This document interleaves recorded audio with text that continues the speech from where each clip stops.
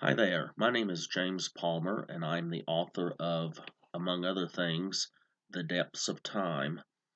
This is a novella published by Falstaff Books, and today I am going to be reading the first chapter to you for Indie Author Reads.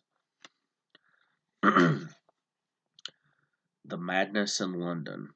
But what is most peculiar, said Professor Challenger, is the recent outbreak of madness all over the city. Richard Francis Burton stared at the big, bearded man and realized he didn't have a clue what he was talking about. He'd scarcely been back in London for a month, but already he was caught up in what he thought was the important news of the day. That didn't stop Professor George Edward Challenger from bending his ear as soon as the latest meeting of the Royal Geographical Society had adjourned, telling Burton of everything he had missed in the 33 months he had been away. Since Challenger held the rather infamous reputation for being a domineering and disagreeable sort, Burton was inclined to just let the man talk as the hall emptied of occupants. Now the place was empty, the hour late, and Burton had no interest in prolonged exposure to the man, until, of course, he mentioned the madness. "I read about it in the papers," said the explorer as he dashed out the remains of a cheroot in a silver ashtray. "But is it really all that peculiar?" "It is when you consider those afflicted," said Challenger, stroking his thick black beard with sausage-like fingers. "It is only affecting spiritualist mediums." Burton arched an eyebrow. He hadn't realized the madness was so specific. "That is strange. Mediums are already half mad, if you ask me," Challenger continued. "Half mad, or charlatans. But isn't it strange that so many of them would be killing themselves or running deranged through the streets?" "So it would seem," said Burton, glancing at his pocket watch one final time, and spying a way out, said, "But I'm afraid we must solve the mystery of the madness of the mediums another day. I have a prior engagement."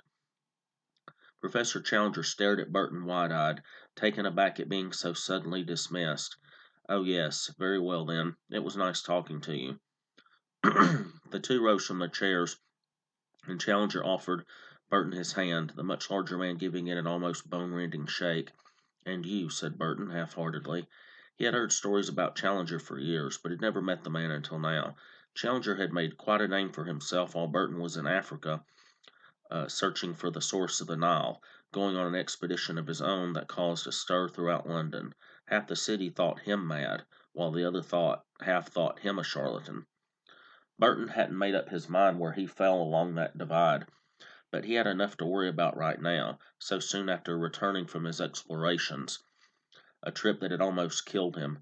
This business with his partner on the expedition, John Hanning Speke, who had succumbed to madness on the journey, and who had died in an apparent hunting accident before the two were to debate their findings before this very society, combined with Burton's impending nuptials, had taken up most of Burton's faculties.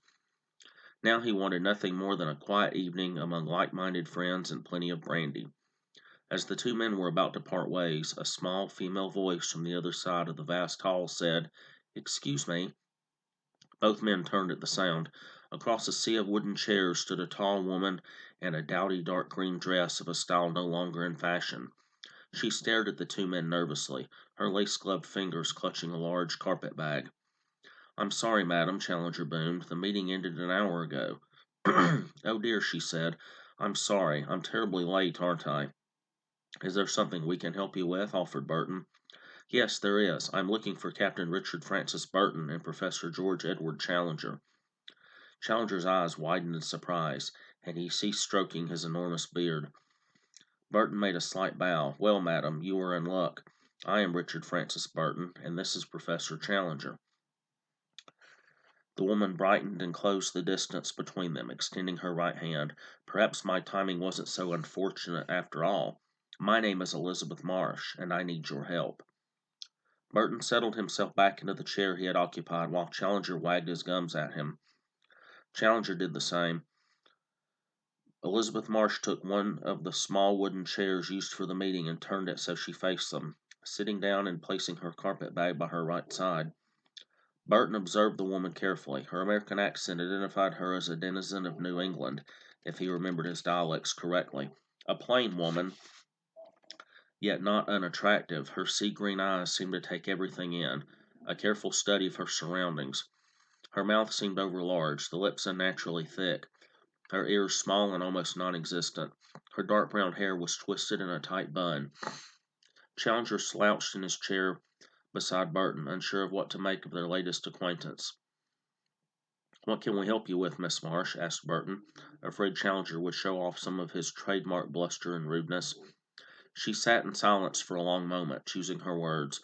"Perhaps it's best I begin by showing you." The woman leaned over and reached into her voluminous carpet bag. After rooting around in it for half a minute, she pulled out a small object wrapped in what appeared to be dried seaweed.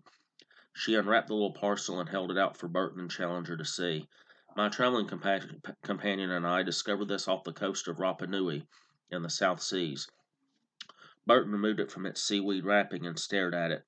It was a rather large, flat object composed of some blue-green stone, almost metallic, with a series of strange glyphs worked into it. Burton rubbed the images with his fingers. They had been worn smooth by time and the ocean, but were still very detailed. The subject matter seemed to concern some strange oceanic god Burton wasn't familiar with. Three tiny, supplicating human figures lay prostrate before a grotesque, looming being with the head of a fish and a frog-like body. He had never seen anything like it, and didn't want to again. He passed it to Challenger, who turned it over in his large hands, studying its every line and texture. "What do you make of it?" asked Elizabeth Marsh. "It's very unusual," said Burton.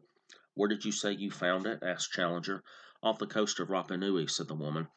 Professor Challenger arched one of his vast eyebrows. "You mean under water?" "Yes," said the woman, her green eyes glancing back and forth between the two men, as if seeking something. "Are you a treasure hunter, Miss Marsh?" asked Challenger. "No," she said with a grin, "nothing like that. Merely an explorer, like yourselves." "What does this have to do with us, Miss Marsh?" asked Burton. Marsh stared at them for a moment before speaking. "This artifact isn't the only secret the oceans hold. I'm sure you are both aware of the recent bouts of madness occurring in your city among its more sensitive inhabitants." "The mediums, yes," replied Burton. "The professor and I were just discussing it before you entered." "Then you must also know that this plague, if you will, has also been recorded all over the continent of Europe." "No," said Challenger, "I was not aware of this. In fact," Elizabeth Marsh continued, "it has been occurring as far north as Greenland and as far south as—" She took the artifact from Challenger. "Rapa Nui, where this was found." Challenger grinned and began stroking his beard. "Madam, are you suggesting that this little trinket is somehow the cause of a few so-called mediums falling out of their tree?" "No, what I am suggesting is that it is a symptom of a greater malady, one that spans the globe." Professor Challenger bellowed laughter and rocked his barrel chest and threatened to send him out of his chair and onto the floor. Burton kept his response a bit more reserved. "Miss Marsh, you must understand that it is quite hard to believe that this artifact, found in the South Seas, is tied in any way to mental instability in London, England." "I understand your reluctance to believe, Captain Burton. I scarcely believe it myself, but there is something else, something that is happening beneath the ocean even as we speak, something my traveling companion and I discovered during our explorations of a remote section of the ocean, far from any landmass." Professor Challenger ceased his laughing. "Oh, I have got to hear this." When Challenger calmed down, Elizabeth Marsh continued, "There is a great undersea upheaval at coordinates 49 degrees 51 minutes south, 128 degrees 34 minutes west."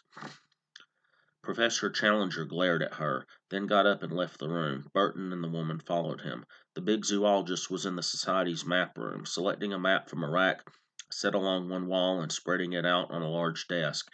He bent over it, studying it intently. "What is it?" asked Burton. Challenger stood up and looked at Elizabeth. "Those coordinates of yours are in the middle of the ocean between your South Seas Islands and Antarctica. There's nothing out there for thousands of miles." "That is correct," said the woman. "Well," said Challenger, "my question then, madam, is how could you possibly be aware of some undersea upheaval this far from land? There have been no large seaquakes reported that I know of." Elizabeth Marsh grinned. "Your curiosity is understandable, gentlemen, but to find out, you must meet me at this address." She handed both men slips of paper with an address scrawled on them. "Be there tonight at midnight, and your questions will be answered." Without another word, Elizabeth Marsh departed. They watched the mysterious woman as she hurried from the map room and, retrieving her carpet bag, moved toward the entrance to the hall and was gone. "What the devil do you think that was all about?" muttered Challenger. "I haven't the foggiest," said Burton, "but I really must be going. I'm late for my other appointment."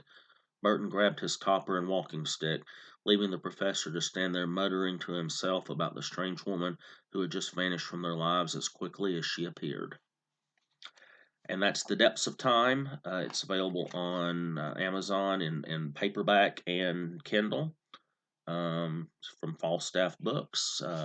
Check it out if you like, and stay tuned for more indie authors reads videos from myself and some other awesome authors. See you soon.